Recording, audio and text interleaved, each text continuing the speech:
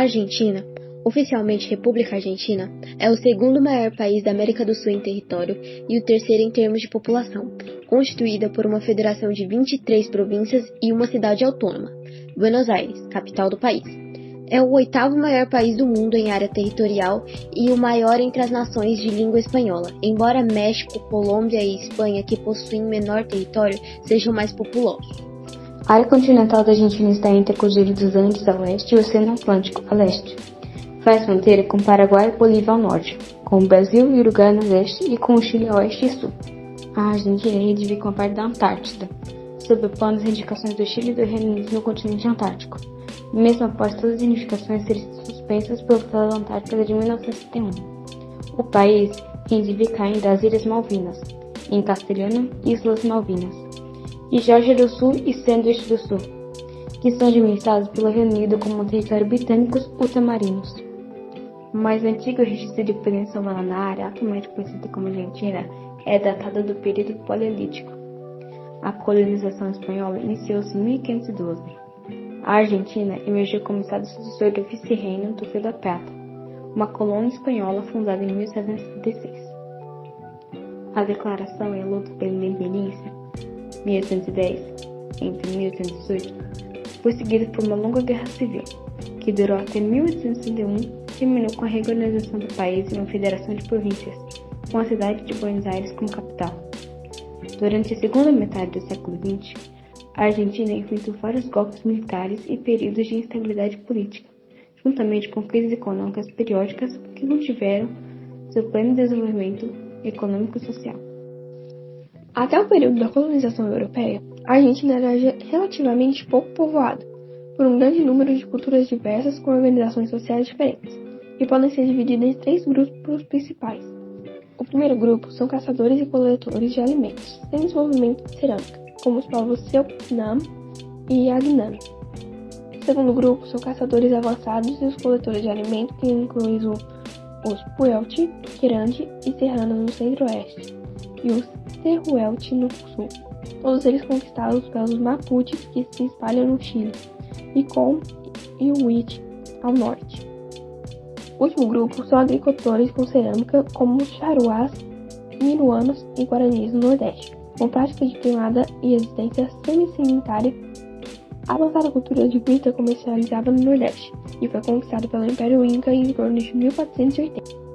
Os Toconantés e Comatingones viviam no centro do país, e os Huarpes, uma cultura que criava lhamas e foi fortemente influenciada pelos Incas, no centro-oeste.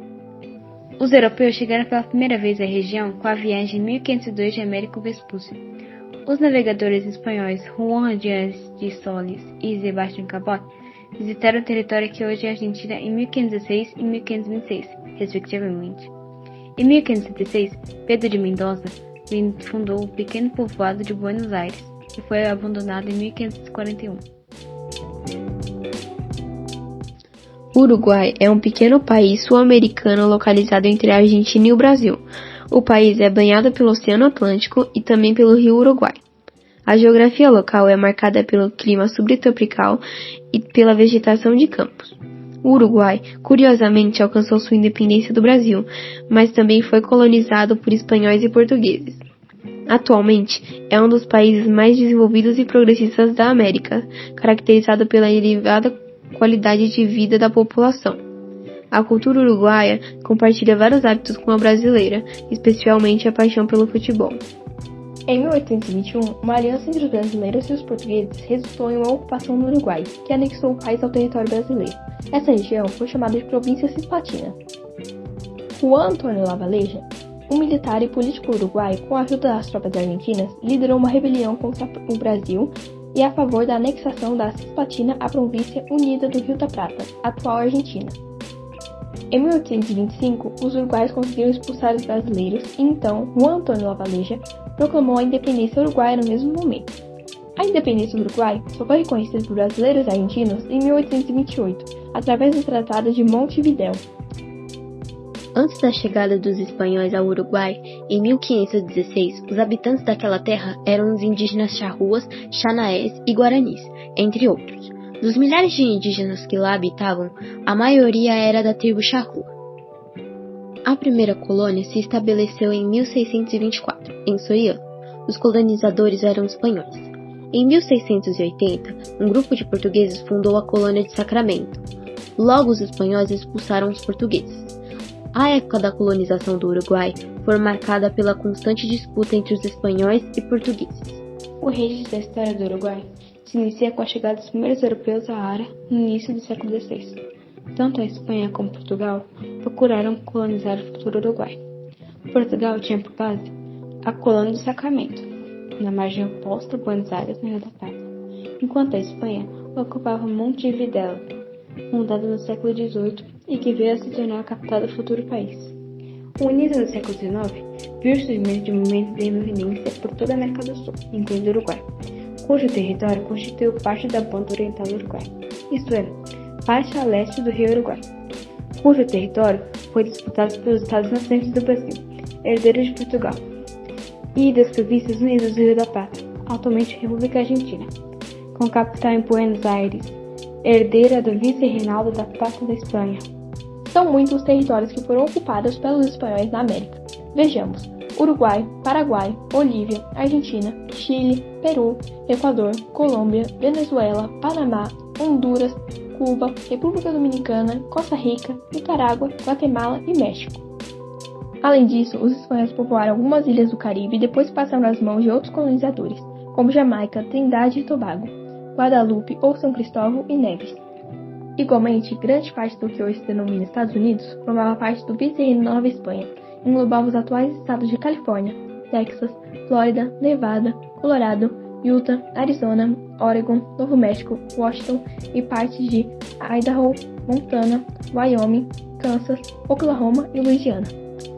A colonização espanhola na América se caracterizou pela modificação da estrutura política, econômica e religiosa das sociedades que habitavam naquele território. Os espanhóis introduziram no continente americano uma nova religião, idioma, organização econômica e social. Por sua parte, levaram uma série de produtos conhecidos para a Europa, como a batata, o milho e o chocolate. Além disso, as fronteiras do mundo conhecido se alagaram e se modificaram para sempre. Após a conquista, era preciso ocupar o território americano. Afinal, os reis precisavam dominar mais regiões e mercados para legitimar sua existência. Igualmente, se queria expandir a fé católica.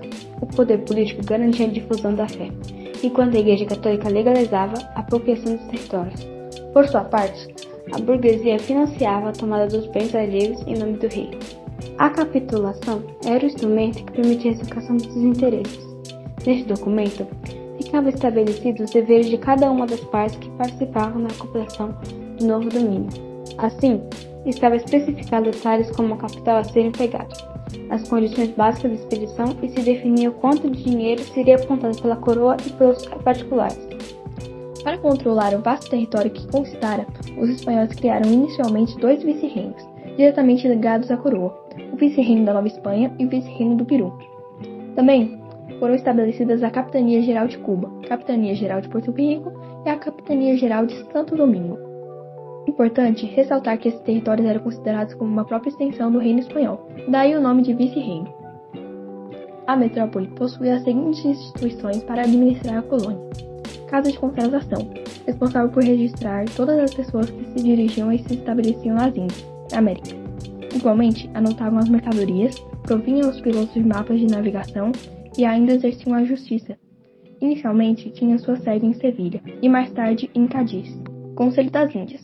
Auxiliava o rei a tomar decisões relativas aos seus domínios na América, em termos de justiça, economia e até durante a guerra. Real Audiência. Eram os tribunais de justiça estabelecidos nos vice-reinos e que se julgavam os crimes cometidos pelos seus habitantes. Vice-reinos e capitanias gerais, com as reformas iluministas empreendidas pelo rei Carlos III, 1716 a 1788, no século XVIII, os vice-reinos foram desmembrados em 4 e foram criadas mais capitanias gerais. O objetivo era encontrar uma forma de melhorar a administração colonial. Vice-reinos, territórios de grande extensão e população, eram os mais rentáveis para a coroa espanhola. Estavam governados por um vice-rei. Eram eles vice-reino da Nova Espanha, Peru, Nova Granada e Prata. Capitanias gerais foram estabelecidas em zonas de maior conflito com a população indígena ou que eram alvo de ataques piratas. Foram elas Guatemala, que abraçava os atuais países de Guatemala, Honduras, El Salvador e Costa Rica, Cuba, Venezuela, Chile, Santo Domingo e Porto Rico. O termo Libertadores ou Libertadores da América refere-se a líder de movimento de libertação da América, tanto das colônias hispânicas como também no Brasil, nos séculos XVIII e XIX, quando ainda estavam sob a autonomia europeia. Os libertadores eram em grande parte burgueses, descendentes dos europeus que combatiam, influenciados pelo liberalismo. Esses líderes de origem espanhola e portuguesa buscavam conquistar a autonomia do território latino-americano. De forma militar nas metrópoles em que residiam, arquitetavam formas de promover o maior poder à colônia e sobre a mesma. É o caso de, por exemplo, Dom Pedro I, que apesar de conquistar a independência do Brasil, ainda manteve o país sob amarras portuguesas. Além disso, manteve a escravidão e um regime ditatorial após a consolidação do Império, sem querer expulsar os portugueses da Bahia. Os libertadores da América com maior influência e destaque foram Simão Bolívar e José de San Martín. Unidos após a Conferência de Guayaquil, juntam forças contra o Império Espanhol estabelecido nas colônias. O objetivo era constituir na América do Sul uma nação livre e única.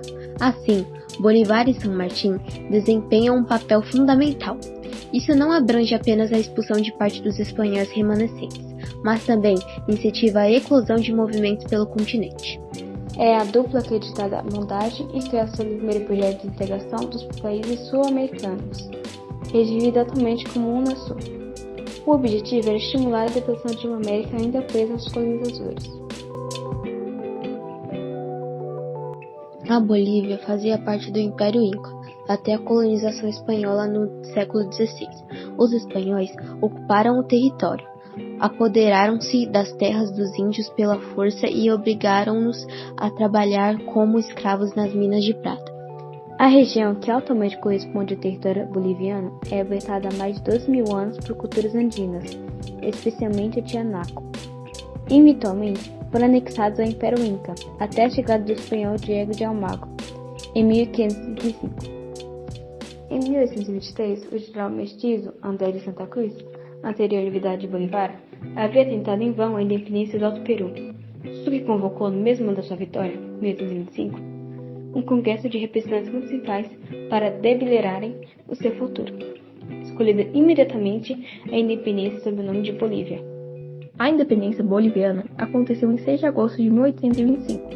A Bolívia foi uma das primeiras colônias a rebelar-se contra o domínio espanhol, liderado por Simão Bolívar.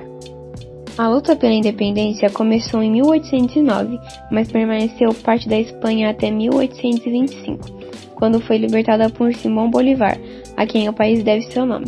Após uma breve união com o Peru, o Bolívia tornou-se totalmente independente. Nos anos seguintes, a Bolívia perdeu parte do seu território devido às vendas e à guerra. Simão Bolívar, amplamente reverenciado como El Libertador, exerceu um papel de destaque no panorama histórico ao liderar comandos militares e estratégias que conduziam à independência de diversas nações sul-americanas do jugo colonial espanhol durante o século XIX. Sua influência ressoa profundamente até os dias de hoje. Ao longo de suas campanhas, Bolívar enfrentou com determinação as forças espanholas, desempenhando um papel crucial na obtenção da liberdade para nações como Venezuela, Colômbia, Equador, Peru e Bolívia. Sua maestria como estratégia militar e líder visionário o granjeou o epíteto de El Libertador, uma alcunha que captura a magnitude de suas conquistas. No entanto, Bolívar não era apenas o líder militar preeminente, ele também nutria ideias progressistas. Ele reconhecia as desigualdades e a pobreza presentes nas regiões onde travavam suas batalhas pela independência. Em sua visão, a união das nações sul-americanas não apenas permitiria a consolidação da independência, mas também seria um antídoto para a miséria, uma resposta conjunta às ameaças de nações estrangeiras como a Inglaterra, os Estados Unidos e até mesmo a Espanha. Portanto, é inegável que Simão Bolívar moldou irreversivelmente o curso dos acontecimentos na América Latina, legando um legado imortal que transcende as fronteiras do tempo e continua a inspirar a luta por liberdade, justiça social e unidade na região.